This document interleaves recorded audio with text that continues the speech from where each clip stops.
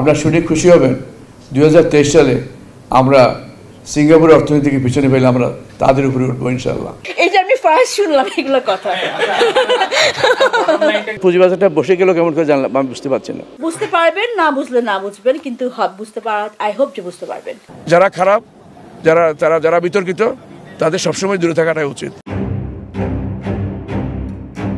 দেশের অর্থনীতির 12টা বাজিয়ে নিজের আখের গুছিয়েছেন আওয়ামী লীগ সরকারের সাবেক অর্থমন্ত্রী আহমা মুস্তফা কামাল, যাকে মানুষ লোটাস কামাল নামেই চিনে। তিনি একা নন, তার সাথে এসব অপকর্মের সঙ্গী হয়েছেন মেয়ে নাফিসা কামালও, আছেন স্ত্রী কাশ্মীরি কামাল এবং শ্যালক আরিফ হোসেন। গরিব হওয়াটা যে কত কষ্টের এটা আমি হারিয়ে জানি। কোনোদিনও না, কি পাগল নাকি আপনি? সূত্র বলছে বাপ মেয়ে ও তাদের পরিবারের সদস্যরা প্রায় 25,000 কোটি টাকা পাচার করে দুবাইয়ে বিশাল সাম্রাজ্য গড়েছেন। শেয়ার বাজার কারসাজিতে ব্যাপক আলোচিত বিতর্কিত ব্যবসায়ী থেকে মন্ত্রী বনে যাওয়া লোটাস কামাল ও তার পরিবারের সদস্যদের দুবাইয়ে আবাসন খাত থেকে শুরু করে বিভিন্ন প্রতিষ্ঠানের নামে বেনামে বিপুল অর্থ সম্পদ রয়েছে। ইউরোপীয় ইউনিয়নের ট্যাক্স অবজারভেটরির চলতি বছরের 16 মে প্রকাশিত তথ্য বলছে 2022 সালে দুবাইয়ে আবাসন খাতে 532 বাংলাদেশের প্রপার্টির মালিকানার হিসাব পাওয়া গেছে। এ তালিকায় লোটাস কামাল ও তার পরিবারের নাম রয়েছে বলে একাধিক সূত্রে জানা গেছে। প্রাপ্ত সবশেষ তথ্য বলছে দুবাইয়ের আবাসন খাতে বাংলাদেশি মালিকানাধীন প্রপার্টির মূল্য 28 কোটি 30 লাখ মার্কিন ডলার। অফল্যান্ড প্রপার্টি সহ এ সম্পদ মূল্য দাঁড়ায় 37 কোটি 74 লাখ ডলারে। অর্থমন্ত্রীর দায়িত্বে থাকার সময় দেশের অর্থনীতিকে ভয়াবহ সংকটে ফেলে গেছেন লোটাস কামাল। এ সময় তিনি অর্থনৈতিক সংকট মোকাবিলা তো দূরে থাকুক, মন্ত্রণালয় পর্যন্ত যাননি। বাংলাদেশের 53 বছরের ইতিহাসে অর্থমন্ত্রী হিসেবে সর্বোচ্চ ব্যর্থতার পরিচয় দিয়েছেন তিনি। তার সময় ব্যাংক খাতে ভয়াবহভাবে বেড়েছে ঋণখেলাপি, ব্যাংক থেকে দেদার বেরিয়ে গেছে জনগণের অর্থ। এমনকি লোটাস কামাল ও তার পরিবারের সঙ্গে পরিচালকদের যোগসাজশে ব্যাংক থেকে ঋণের নামে জনগণের অর্থ লুট হয়েছে। কামালের 5 বছরের ডলার সংকট ইতিহাসের সবচেয়ে ভয়াবহ আকার নিয়েছে।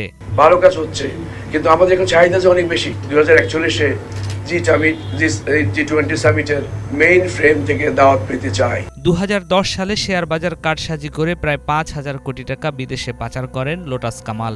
এসব টাকা দুবাইয়ে পাচারের তথ্য পেয়ে তা যাচাই বাছাই শুরু করেছে দুদকের উপপরিচালক নুরুল হুদার নেতৃত্বে 3 সদস্যের অনুসন্ধান টিম। বাংলাদেশ অর্থনীতি সমিতির সাবেক সভাপতি অধ্যাপক ড মঈনুল ইসলামের মতে, অর্থমন্ত্রী থাকাকালে লোটাস কামাল সরকারি সব সুযোগ সুবিধা ভোগ করে দেশের অর্থনীতিকে নিয়ে গেছেন ধ্বংসের দ্বার প্রান্তে। দেশের আর্থিক খাতে চরম বিশৃঙ্খলার জন্য অর্থমন্ত্রী হিসেবে দায়িত্ব পালন করা আহমা মুস্তফা কামালই দায়ী।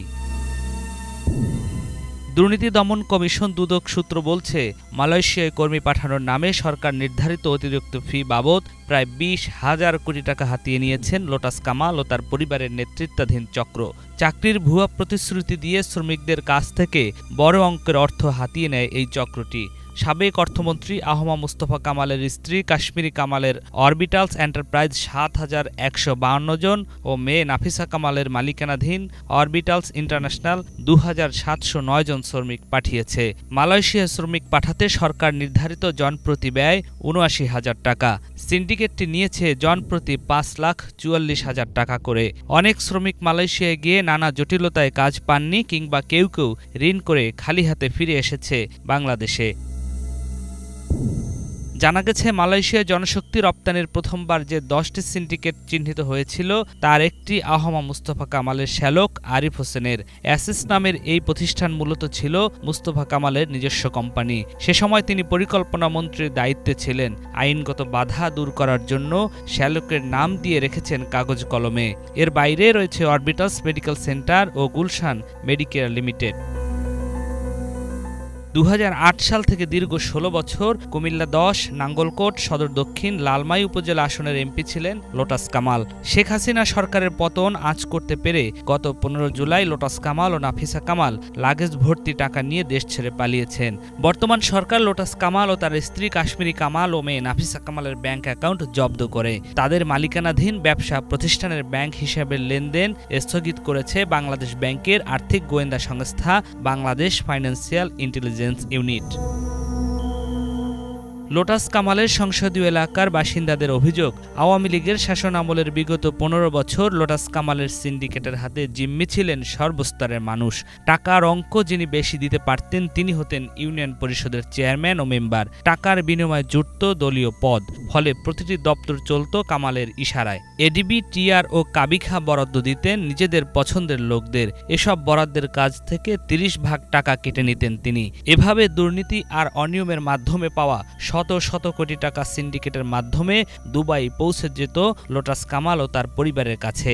আর সেই অর্থে বিগত ১৫ বছরে দুবাইয়ে বিশাল বিত্ত বৈভব গড়ে তুলেছেন লোটাস কামাল। দ্বাদশ জাতীয় সংসদ নির্বাচনে আহম মোস্তফা কামালের দাখিল করা নির্বাচনী হলফনামায় দেখা গেছে লোটাস কামালের মোট সম্পদের পরিমাণ ৪১,৯৫,৫৩,৭১৪ টাকা।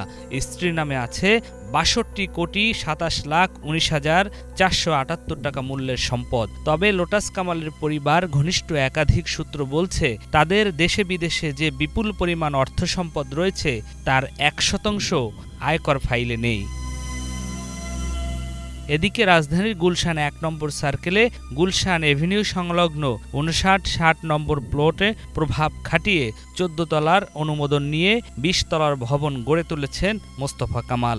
১৪ তলার উপরের ৬ তলায় বাড়ানো হয়েছে নকশায় ব্যত্যয় ঘটিয়ে। নিয়াজ মাখদুম, বাংলা ভিশন, ঢাকা।